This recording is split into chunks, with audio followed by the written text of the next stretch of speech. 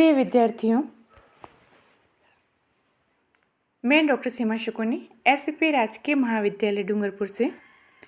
आज हम मनुस्मृति में जो श्लोक पढ़ रहे थे उसके आगे क्रमशः हम अध्ययन करेंगे। हमारा श्लोक है, भ्रातुः भार्यः उपसंग्राह्य सर्वणा अहनि अहनि अपि विप्रोष्य तोपसंग्राह्य ज्ञाते संबंधी योषितः। मनुस्मृति में मनु कह रहे हैं कि भातृपत्नी के लिए नित्य अभिवादन का विधान किया गया है, अर्थात भाभी के लिए हमेशा क्या करना चाहिए, सादर चरण स्पर्श करके प्रणाम करना चाहिए। श्लोक के टुकड़े कर हम अन्वय करेंगे। भ्रातुः सवर्णा भार्या अहनि अहनि अपि उपसंग्राह्य तु ज्ञाति संबंधी योषितः विप्रोष्य उपसंग्राह्य। भ्रातु अर्थात भाई की, सवर्णा भार्या सवर्ण पत्नी, अहनि अहनि अर्थात प्रतिदिन ही, उपसंग्राह्य प्रणाम के योग्य है, अर्थात भाभी जो होती है उसे हमेशा चरण स्पर्श करना चाहिए। तो ज्ञाति संबंधी योषितः, किंतु अन्य ज्ञाति अर्थात दूसरे जो संबंधियों की पत्नियां हैं, विप्रोष्य प्रवास से लौटने पर, उपसंग्राह्य लौटने पर ही प्रणाम के योग्य हैं। यहाँ पर मनु कह रहे हैं कि अपने ज्येष्ठ भ्राता की सजातीय पत्नी भाभी प्रतिदिन चरण स्पर्श करने या अभिवादन के योग्य होती है, अतः व्यक्ति को प्रतिदिन भाभी के चरण स्पर्श कर आशीर्वाद प्राप्त करना चाहिए। व्याकरणात्मक टिप्पणी इस श्लोक में होगी। उपसंग्राह्य, उप उपसर्ग, सम उपसर्ग, ग्राह्य धातु प्लस ण्यत प्रत्यय अभिवादन योग्य, अहनि अहनि प्रतिदिनम, विप्रोष्य वि उपसर्ग, प्रुष प्लस लप प्रत्यय। आगे हम श्लोक को देखेंगे।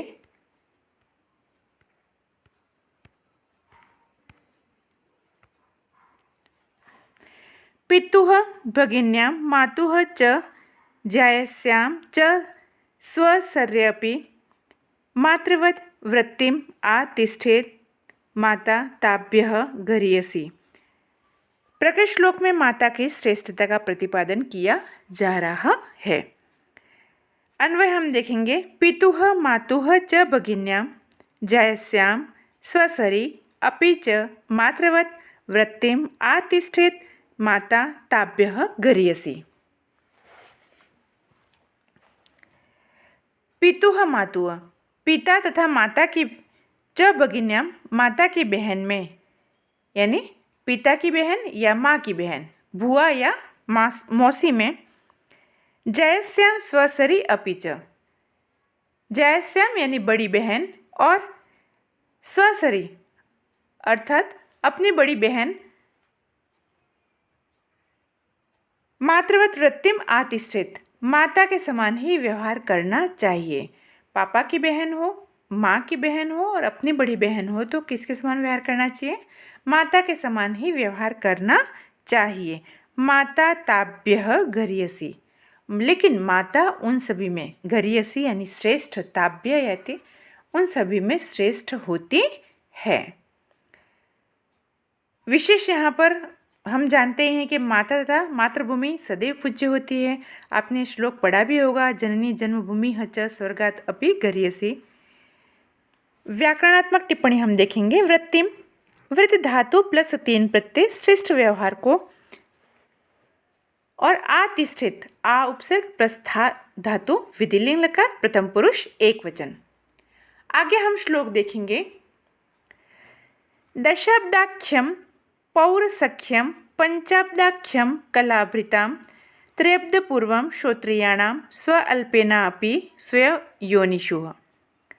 मनुस्मृति में कह रहे हैं कि मितता विषयक विधान प्रतिपादन किया जा रहा है।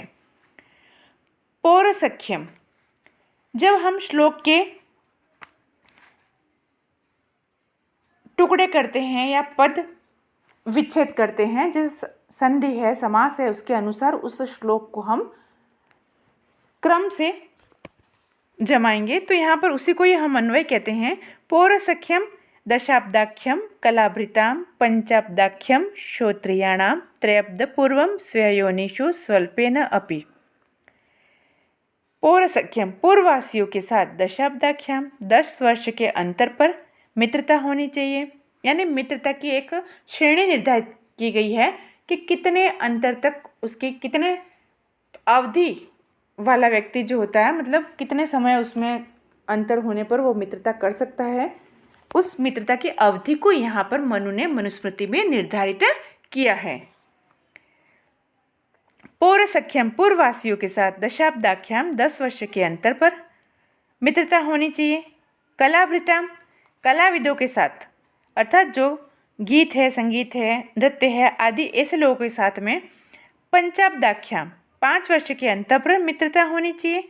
श्रोत्रियाणाम और श्रोत्रियों के साथ त्रयाब्द पूर्वम 3 वर्षों के अंतर पर मित्रता होनी चाहिए। स्वयोनिषु स्वल्पेन अपि और अपने संबंधियों के साथ में थोड़ा सा अंतर होने पर ही मित्रता मानी गई है।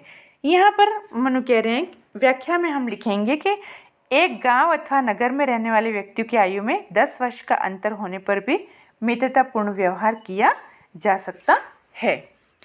गीत नृत्य आदि यानी कलाविद व्यक्तियों के साथ में उन लोगों के साथ में मित्रता का अंतर कितना होना चाहिए? 5 वर्ष का अंतर होना चाहिए।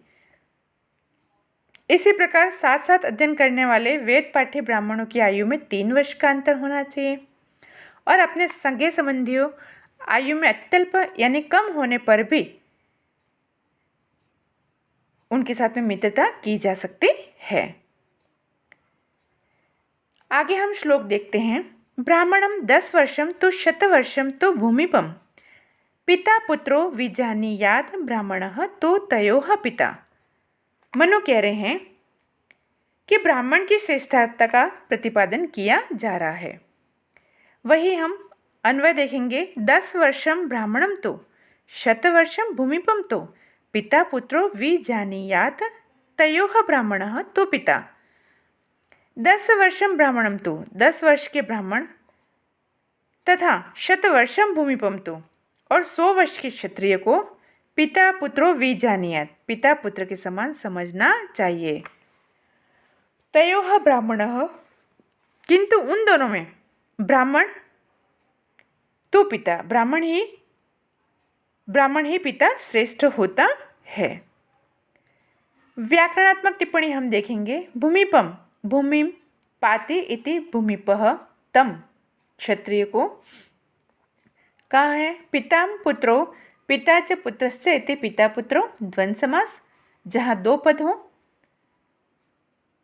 और दोनों ही पद बहुत ही महत्वपूर्ण हों। विजानीयात वि उपसर्ग प्लस ज्ञात धातु प्लस विधिलिंग लकार प्रथम पुरुष एक वचन।